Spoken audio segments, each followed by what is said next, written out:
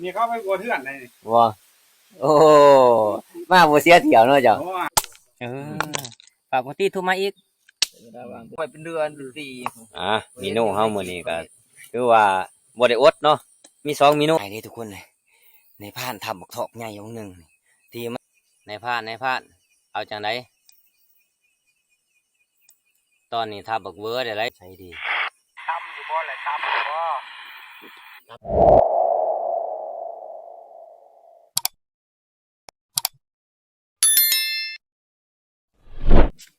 เอากลับทักทายสบายดีทุกคนเนาะสบายดีเบิดทุกคนมื้อนี้เนาะมื้อนี้ก็เป็นมื้อเขาปลาคือเก่าทุกคนเลยเนาะไปกันมื้อนี้ก็6 คนทุกคนเลย6 คนเนาะไปมื้อนี้แต่ว่าพานใหญ่เพิ่นขึ้นก่อนน่ะมื้อวานนี่ตอนแรกเนาะเพิ่นขึ้นก่อนที่แรกว่าสิขึ้นแต่มื้อวานนี่ทุกคนเลยเนาะถ้าพานที่ยังเพิ่นมาแต่ทำธุระมันค่ำก็เลยบ่ได้ขึ้นเปลี่ยนเป็นขึ้นมื้อนี้ทุกคนเนาะไปมื้อนี้ก็คือในพานเองพานม่องแล้วก็พานโก้แล้วพานที่ยังพานใหญ่เนาะแล้วก็ขาดบ่ได้ก็คือแม่ทับกุ้งไปนำมื้อนี้ทุกคนเลยเพิ่นไปก่อนได้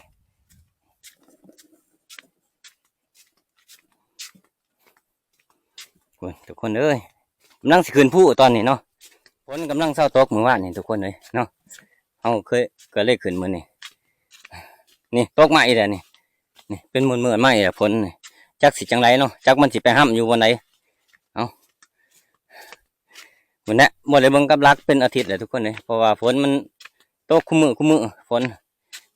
กำลังเศร้ามื้อนี้กลับบ้านนี่ตอนแรกเนาะฝนเศร้าเมื่อยทุกคนนั่งขึ้นฮอดพักแรกเนาะทุกคนเนาะนั่งขึ้นตีนผู้ที่แรกว่าสิบ่ได้มาทุกคนเลยเจ็บท้อง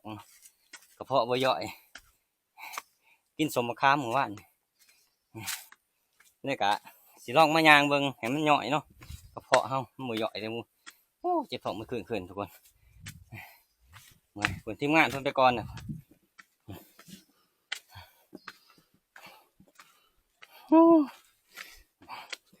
ฝนก็ลงเม็ดมาเลยอยู่ฝนก็ดิว่าสิขึ้นแต่เช้าพุ่นแหละยังถาผ่านโกเพิ่นไปธุระเนาะถาเพิ่นมาก็เลยเพิ่นสิได้มานำก็เลยถาเพิ่นทีมงานเนาะบ่ได้พักเลยทุกคนเลยต่อตรงขึ้นเลยมาแห้งอีดิผู้ดีหน้าท้องที่ได้ผ่านเจ็บเมื่อคืนนี่ผู้ดีหายเศร้าปวดด้วยบัดนี้มึนผู้เนาะที่แรกมันเจ็บอยู่ทุกคนเจ็บนิดๆหน่อยๆแหละมาบืนเขาแต่ก็เศร้าบัดนี้เพราะว่าเขาลงมาแต่ผู้นี่เป็นอาทิตย์อะเนาะเพราะว่าเขาบ่ได้เลื่อนในย่างมันก็เลยกระเพาะเขาก็เลยบ่ค่อยย่อยทุกคนย่างมันย่อยด้วยบัดนี้โอ้พวกแก้วนี่ก็เลยบ่พักบ่ยอนเนาะเอาเลยขี้เทียนข่อยในตีห่วยกระจัดแน่หันแล้วบ่คือเจ้าหรอก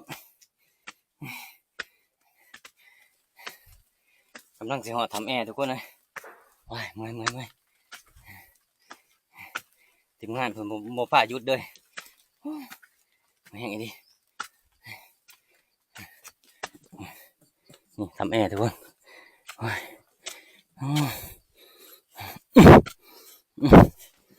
เมื่อยอีดิแห่คือบ่พักอยู่ทำแอร์ฝนตก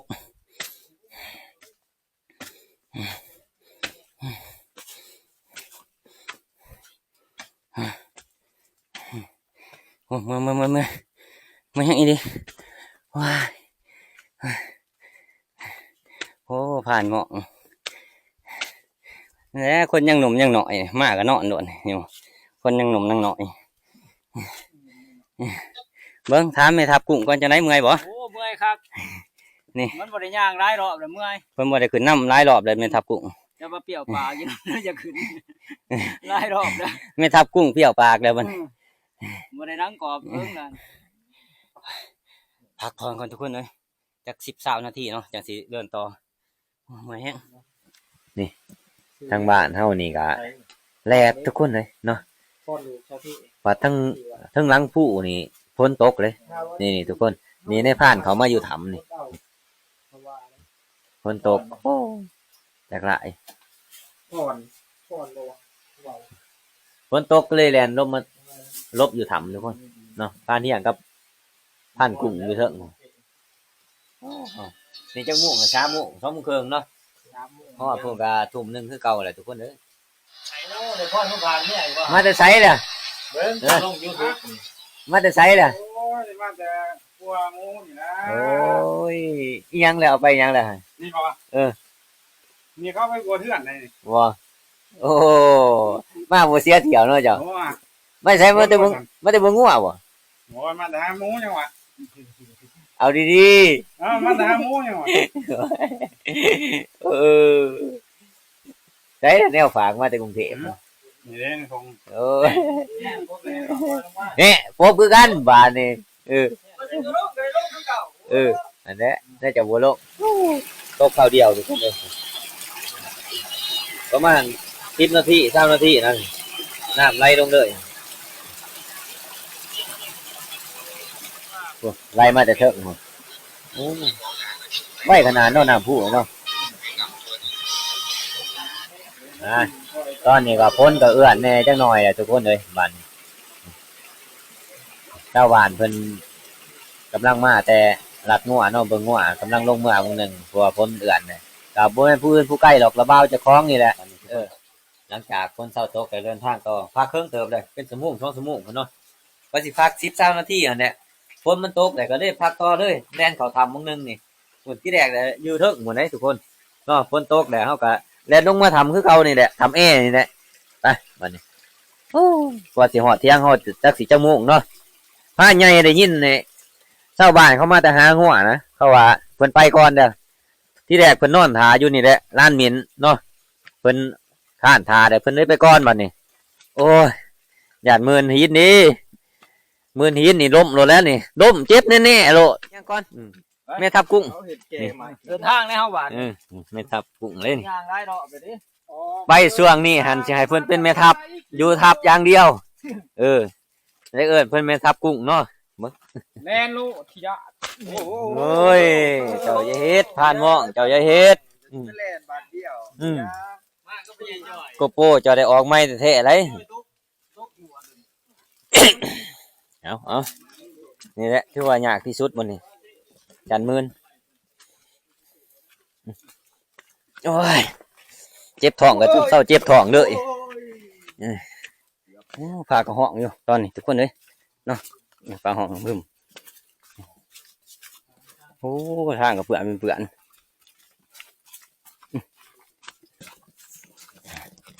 เอามากำลังสีหอดหวยทุกคนเฮ้ยแล้วก็เลยยินเสียงน้ำหวยหันดังแห้งแห้งโมนึกว่าโมคิดว่าจักสีลายสีหน่อยเนาะทุกคนไปลุ้นน้ำกันว่าสีลายสีหน่อยเนาะหวยเนาะว่าสิกามน้ำเนี่ยไรกันว่าลายเนี่ยเหมือนในมือนี้เนาะโอ้ยางไหวแท้ผ่านกุ้งเอาตอนนี้ก็กำลังไหล4 โมงปลายเกือบ5 โมงเลยแหละนี่ขึ้นแต่เช้าพุ่นเลยทุกคนเลยเนาะมากะยังมาล่อฝนเช้าตกอยู่หลังผู้หั่นแหละจะได้น้ำในพานโอ้บ่ปานใดนี่บ่ปานใดตามได้อยู่หรอกตามนี่ก็แห้งเติบทุกคนเลยพานมองเลยแหละกำน้ำกำไหนไปแน่เอาพานมองหมู่ไปก็สิไปก่อนแล้ววะโอ้มาเลิกแต่พวกนี้น้ำแต่ว่าบ่หลายปานใดทุกคนเลยแต่มันไหลแห้งเนาะโอ้ความมันไหลปัดตามทั้งนี้แหละมันจะไก่ในผ้าเลย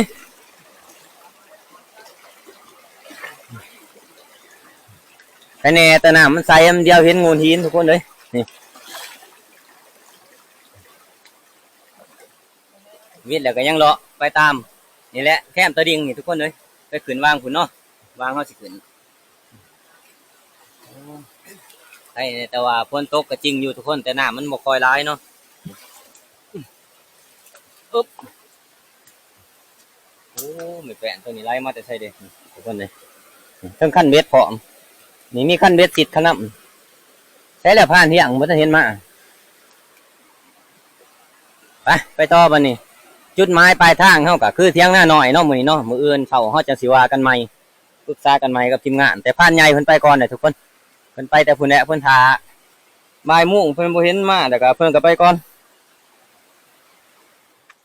ถือว่าเฮามาฮอดหวยตัวนี้ก็ถือว่าเครื่องทางเนี่ยทุกคนเลยเนาะยังอีกเครื่องนึงก็ประมาณพุ่นแหละอีกชั่วโมงกว่าๆก็ฮอดเด้อทุกคนเที่ยงหน้าน้อยเฮาเนาะแล้วก็ถ้าเฮาฮอดเตเว่นนี่นะทุกคนอากาศแบบนี้นะมันจะตอนนี้มันจะแดดออกเลยทุกคนเลยเฮาไปหานั่งลัดต้นกระบอกหรือว่าต้นแตะเนาะมีสิทธิ์ทุกคนเลยนี่แต่เก่าว่านี่บางทีเฮาก็สิไปบ่ทันเนาะทุกคนเลยมันสิค่ำก่อนเนาะนี่ก็เมื่อยนะทุกคนท้องฟ้ามื้อนี้โปร่งใสเลยทุกคนเห็นแสงแดดแสงหยังเป็นแบบอันนั้นคือว่าเรื่อง11ทุกคนเลยมันก็สิเบิดฝนเลยเนาะช่วงนี้แต่ว่ามันจะมีหนาวแล้วบัดนี้ทุกคนเลยประมาณหนึ่งแดงจังหน่อยนี่อีก2-3 ทิศนี่ไม่ผ่านคิดว่าอาจจะหนาวนะทุกคนนั่งทาผ่านเที่ยงก่อนทุกคนเลยผ่านเที่ยงเพิ่นยังบ่ทันมาเนาะบ่ได้ทาเพิ่นได้อยู่ห้วยใหญ่พุ่นน่ะละหังใหญ่พุ่นเนาะยังมาเลยก็เลยมาถาเพิ่นอยู่ร้านนี่ทีมงานทำบกกินเดี๋ยวก็ทีมงานอื่นมาได้ยินเสียงปอกแปกปอกแปกเขาก็สิจอบแล้วว่าเวอร์กินบกจอบอยู่ได้นั่งอยู่ร้านแป้นผ่านหมองครับแล้วมือจอดดูอันนั้นดังคนนี้นะโอ้บริยางเพิ่งมือจะสั่นนี่เขาก็จอบเต๋อหลังแปะเนี่ยยางดูโอ้ยเนาะเนี่ยฝากปกติทุ่มมาอีกโอ้ยบ่แตกสับโอ้แตกเลยตีหมูมีแต่หมูถอกกินบกตาลาฟอกเลยนี่พอดอกมันจังบ่แตกไปเดินทางต่อมานี่ทุกคนเลยยังอีกประมาณ3-4 โลนี่แหละบ่ไกลเนาะเมื่อยตอนนี้เอาสิเบิ่งเมื่อยก็เจ็บท้องคือนี่โอ้จนบ่ได้อยู่ในเนาะเหนื่อยเจ็บไปพันมองไปลุกไปกันยังไปมากระบอกฝ่าไปหาแม่ทับกุ้งคนสิไปหาหน่อไม้มาต้มให้กินยังบ่ไกลปานใดผ่านใหญ่เพิ่นจักสิไหลอีหยังถาอยู่พุ่นเพิ่นไปก่อนเด้อ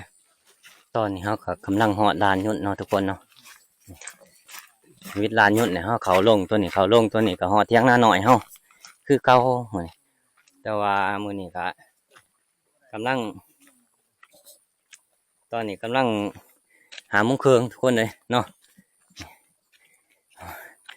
แต่ว่าท้องฟ้ามื้อนี้แจ่มใสดีทุกคนเลยยามแดงเนาะไปรุ่นก็ผ่านใหญ่พุ่นแหละว่าเพิ่นสิพยายามกับลักก่อนหรือว่าเพิ่นสิแนวไรเนาะบางทีเพิ่นก็พยายามกับลักก่อนมานก็มีอุปจักหรือว่าเพิ่นไปทับไว้แล้วก็มีอุปจักหลายเหตุการณ์ทุกคนเลยชาวบ้านเพิ่นก็เมื่อตะกี้เพิ่นมาผักหากินนี่เพราะว่าหมูมันอยู่ลงตัวนี้ร้ายทุกคนลงกระเล่านี่เนาะมันเป็นดงใหญ่ก้งไม้ใหญ่ตัวนี้แล้วก็หกพร้อมทุกคนนี่ลานยุ่นฮักเลยตัวนี้ไปเด้งทีมงานเด้งยิ้วเขายังบ่ลายยังอีกประมาณ2 กิโลนี่แหละบ่เอาทั้ง4เพราะยังอีกประมาณ20 นาทีก็หอดเที่ยงเขาเลย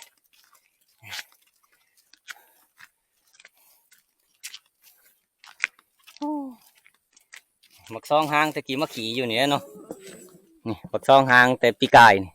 มันมาขี่อยู่นี่ทุกคนเลยนี่หัวหานอย่างมากอะไรผู้เดียวทั้งนี้เพราะ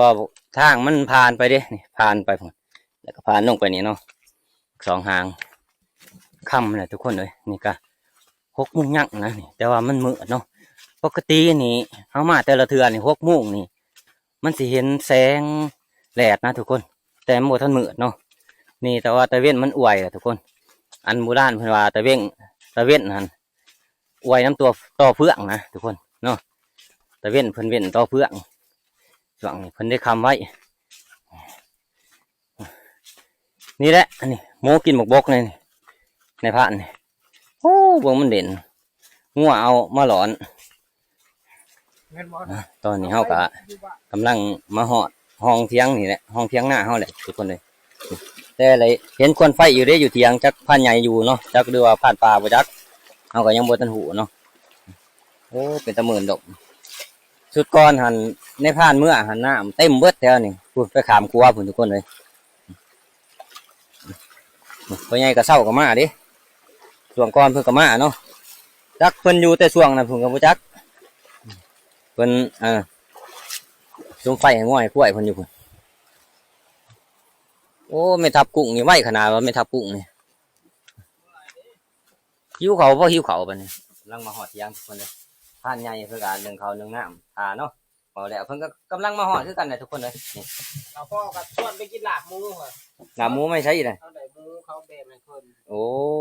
ทีมงานได้ไร บ้านคำเตย อืม อะไรอยู่ไหนได้เล่าเฮานี่ นึกว่าสิได้กินจำแจวมื้อนี้ทุกคนเอ้ย นึกเจอได้เหมือนประมาณ40โล ผ่านที่อย่างเพิ่นไป 40โล นั่งเด่นกับพ่อใหญ่เฒ่าองค์หนึงทุกคนเลยเพิ่นเอาศีลหมูให้เนาะเพราะว่าทีมงานบ้านเขาเจ้าได้หมูทอดหมูปลาทุกคนเลยเนาะนี่เพิ่นเอาให้นี่แต่ว่าผ่านที่อย่างเอามา2 ตอนเพิ่นให้หลายอยู่ทุกคนเนาะนี่เพิ่นให้3 4 ตอนพุ่นแหละผ่านที่อย่างเพิ่นได้เอามา2 ตอนเนาะเกรงใจเพิ่นเอ้า บอกว่าเล่ากับคนอื่นให้คือกันเราก็ได้ เพราะว่า เราได้เอง เรากับคนอื่นให้คือกันพานกุ้งเอาเฮ็ดแม่ทับกุ้งมอบให้เจ้าเป็นแม่ทับเลยมื้อนี้ บนสนามมาลายเด้อ ทุกคนสิเบิ่งที่เฮาเอาไว้งวดที่แล้วเนาะว่ามันสิยังสมบูรณ์หรือบ่เนาะเอาในพานสิเบิ่งเทิงบังฮุงแล้วก็เทิงบังนาวในพานทางไว้นี่บักบุ้งคอยนะ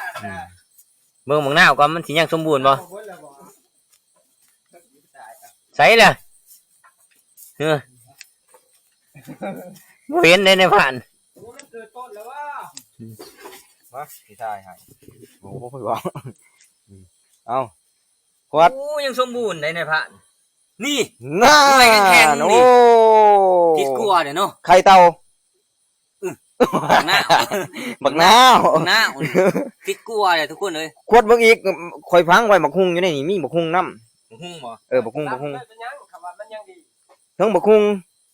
โอ้เป็นทิศเลยได้เป็นอาทิตย์เลยได้พี่ย้ำมาทางพี่เออนั่นแหละแถวนั่นแหละ นี่แหละอยู่ป่าอยู่ดงเนาะ อืม ไฟป่า โอ้เนาะวิธีเก็บเมียดอาหารหรือว่าถนอมอาหารไว้ทุกคน ใช่เลย เอาบักนาวกับบักฮุงมาพังไว้นี่เขาลักไปกินแล้วบ่จักบักฮุงอยู่ในนี่ เพื่อยเด้อบ่ มันเปื่อยแล้วบ่จักอยู่ในนี่แหละ เห็นบ่ อืม อยู่ในนี่ย้ำมาพี่อีกย้ำมาเรื่อยๆเห็นบ่กวดหานาทีเอามือขวดนาทีอันดีบักฮุงตัว ใช่ อันแรกมองเจ้าเคีย เห็นบ่ ขวด2มื้อนะคืออันน่ะขวดมันต้องจังซี่ปั๊บแล้วก็ดมกินน้ำดม ใช่เด้อ โอ้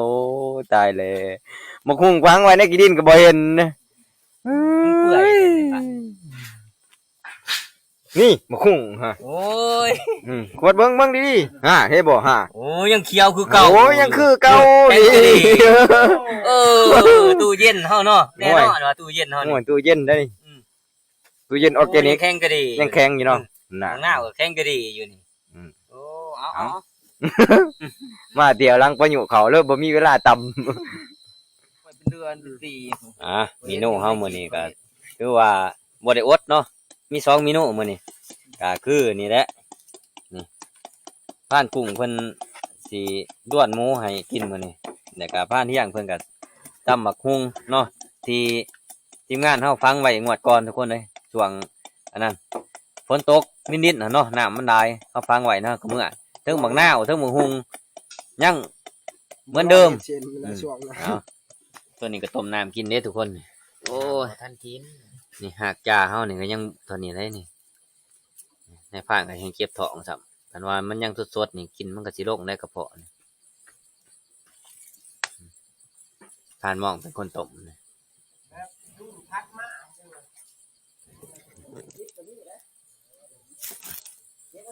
ขัวก่อนทุกคนเลยในผ่านหมูกินนิดเนาะ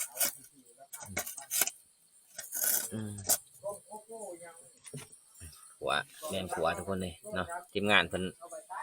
กินเนี่ยมันสำนาซื่อๆทุกคนเลยในผ่านหมูกินในแบงขัวก่อนเนาะคือเสียดายเลยแหละบ้านนี้ทุกคนเลย จุก กินกับตำคงไก่กิน อยู่ กับ หอมเพิ่มอีกนี่เอ้าพอได้กินพอหอมกันทั้งมกนี่มันสิแสบเลยทุกคนอ๋อโอ้โหนี่โอ้โหโหโหโอ้หอมเลยอ่ะอันนี้เนาะทางน้ำไปก่อนพอได้กินข้าวแล้วกินน้ำห่อนทุกคนกินน้ำอันนี้บ่ได้เลยเพราะว่าเนื้อมันชัดใจว่าสิ่งมันตายได้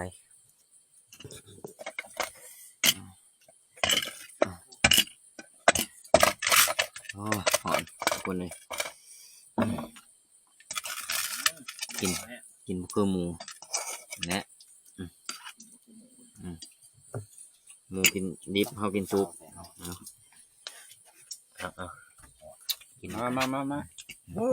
เพิ่นกินสุกว่าซั่นน่ะพันทองแท้นี่อ๋อ มาทุกคนกินข้าวแรกน้ำกันมาเนี่ยกับ โอ้ ข้าว ขน เรา ม ก็ กัด คือ พริกได้ ลาบหมูเนี่ยทุกคนเนาะลาบหมูที่พ่อใหญ่ก็เศร้าเอาให้ทุกคนเลยเนาะเพิ่นก็เขาก็ให้เพิ่นมาอีกทีหนึงเนาะแล้วก็เพิ่นให้เฮาอีกทีหนึงแล้วก็มีตำบักหุ่งพร้อมทุกคนเลยนี่ลาบทุกในผ่านขวามือหนึงนี่สำลาตัวนี้ตัวนั้นก็สำลานี่ตำบักหุ่งทุกคนเลยแต่ในผ่านก็อยากอยู่แต่กินบ่ได้เจ็บท้องโอ้จะสิได้เด้กินบักหุ่งอยู่ป่านี่คักทุกคนเลย โอ้เพิ่นท้องเพิ่นบ่ดีเพราะเราเป็นกลัว ช่วงนี้แล้วเขารับแน่ทุกคนเลยสองมือ ครับแบบครับนั่นเลยนะเห็นไหมมันบอกแม่นั้นมันก็จืดเด้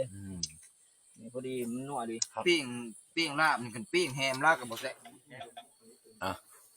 หอดเวลาออกไต่ตาเลยทุกคนเลยบาดนี้เนาะในพานเองก็สิไปกับพานโกพานใหม่เหมือนแต่พานม่องเพิ่นก็สิไปกับอันนั้นท่านแม่ทัพกุ้งมื้อนี้เรียนทีมงานกันไป กุ้งเอาว่าแล้ว แม่ทัพกุ้งเพิ่นอยากออกล่าว่าอย่างว่าให้เพิ่นอยู่ทัพเพิ่นบ่อยู่เด้ทุกคนเนาะเพิ่นอยากออกล่าเองเพิ่นว่าเพิ่นอยากลองเบิ่งว่าไปล่านี่เป็นแนวไรเพิ่นว่าตะกี้หันในพานก็ไปกับแม่ทัพกุ้งแหละตะกี้เนาะ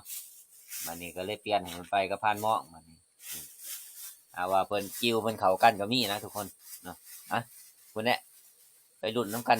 มื้อเช้าพุ่นทุกคนเลยว่าสิมานี่ยังเนาะบอกทุกคนบอกอยู่ไหนนี่บอกอยู่ไหนไม่ต้องไปเข้าทางนั้นสิไปทางนี้มันเตือนเอามันก็ไปอันคนนั้นคนนี่มันกินบอกตัวนี้ทุกคนในบ้านสิเขานายนี่ทุกคนเลยในบ้านทำบักทอกใหญ่วงหนึ่งที่มันครบมักกระบอกวงหนึ่งนะทุกคนหมูมีอยู่2-3 ตัวเนี่ยทุกคนในบ้านท่านทำบักทอกใหญ่แต่ว่ามันไกลทุกคนเลยจักสิถือบ่ถือเนาะประมาณ50 ปลายเมตรพุ่นเนี่ยในบ้านทับเพราะว่าในบ้านแลนสวนเนาะแลนสวนเนี่ยไปท่านมันผู้ดีนะในบ้านก็ทับซะเลยจักสิถือบ่ถือแต่ว่าบ่ในบ้านทับหันคิ้วแห้งอีดีทุกคนเลยเนาะแล้วก็เห็นห้อยมันโค้มไหม้โค้มหยังเลยก็บนไหม้มันโค้มหันทุกคนเลยย่างแตกเลยไหม้เปลือกไหม้หันย่างแตกเลยทุกคนเลยจักสิถือบ่ถือเนาะเอ้าถามเบิ่งทีมงานก่อนจักว่าเพิ่นสินำมื้ออื่นหรือว่าสินำตอนนี้เนาะก็ว่านำมื้ออื่นในพานก็สิไปไต่ตาต่อนี่ในพานทับอยู่ไหนทุกคนเอ้ยอันนมก็สิล่มแท้น้องนั่นแหละ น้องตัวนี้ใหญ่นี่บ่ น้องกูบกในพานเอาจังไดตอนนี้ถ้าบักเวอร์ได้ไรนี่บักทอกใหญ่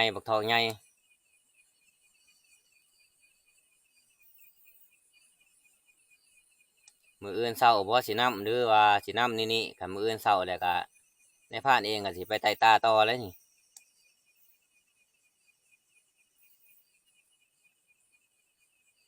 หมูไปประจับ โมเห็นเพิ่นตอบสามทุกคนเลยอย่าเพิ่นเนาะเพราะว่าเพิ่นมาแต่ยามกำลังหนึ่งใครอยู่รอบท้องฟ้าแจ่มใสดี ตำอยู่บ่แหละตำอยู่บ่ ตั้มแล้ว ก็ยังบ่ทันหูประมาณยิ่งประมาณ50 ปลายเมตรถึงจักมันสิถือบ่ถือเพราะว่าตอนคอยทับหันมันอันนั้น มันติ่งใหม่ๆเฮิงเติบเนาะมันติ่งต้นใหม่เฮิงเติบอยู่หั่น บ่หาผ่านจิตเนาะ มื้ออื่นเช้าเนาะจังนำเนาะซั่นเนาะ เพราะว่าผ่านทองแท้นี่เพิ่นมั่นใจว่ามันถือแน่นอน มื้ออื่นเช้าจังนำทุกคนเลยเพราะว่าหมูใหญ่นี่เฮานำกลางคืนมันจะเสี่ยงทุกคนเลยเนาะเอาเป็นว่ามื้ออื่นเช้าเนาะจักว่ามันสิถือบ่ถือในพานก็บ่แน่ใจนะตัวนี้เนาะ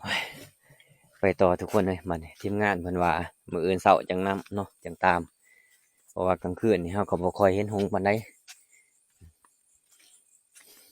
ที่ว่าบ่ในพานทับโอ้คิวแห้งอีหลีทุกคนเลยเนาะในพาน50 เนาะเว้าเรื่องถือบ่ถือเนาะบ่แล้วก็พุ่นแหละถ้าลุ้นกันมื้ออื่นพุ่นแหละทุกคนเลยจักสิถือบ่ถือเนาะ เพิ่นได้มาเลยแม่บ่มาขี้ขานกันทุกคนเลยมาขี้ขานในผ่านใส่อย่างนี้เนาะ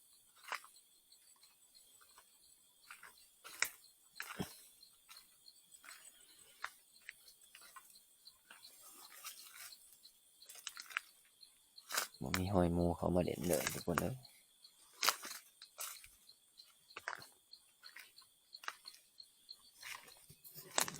ปวกลายดีทุกคนเลยโอ้มันจะปวกกัดเจ็บขนาดปวกทั้งมีลั่นนะว่า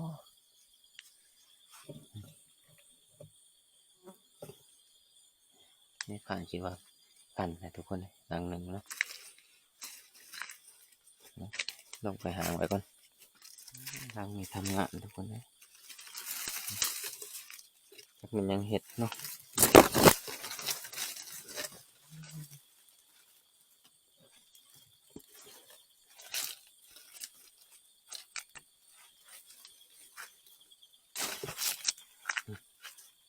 ทำงานทุกคน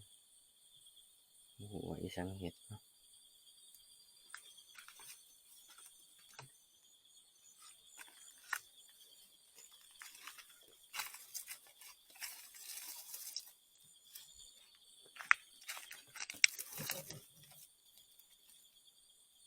ไก่มาเกี่ยทุกคนเลยไก่เห็ดรันเนาะแต่พอหมกเบิ้มหมกเขามาทุกคนเลยไก่มันเห็ดรันไก่เขามาเด่น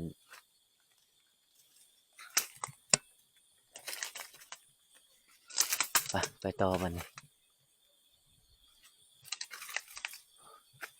ทีมงานเอิญในยูทูบอ๋อทางขึ้นก่อนวันนี้ตอนนี้ไปแก้ไขก่อนหิวเขาทุกคนเลยนี่กบเกตามูกบง่ายเลยทุกคนเลยหิวเขาแห้งนี่บ่ทองยางเลยใส่สีใส่เขียดไปปิ่งตอนนี้ก็หน่อยทุกคนเลยนี่แหละเอาไปเสริมกำลังก่อนเสริมกำลังเลยจังสิไปนั่มหมกเวอมืออื่นเสาจะสิถือบ่ถือเนาะ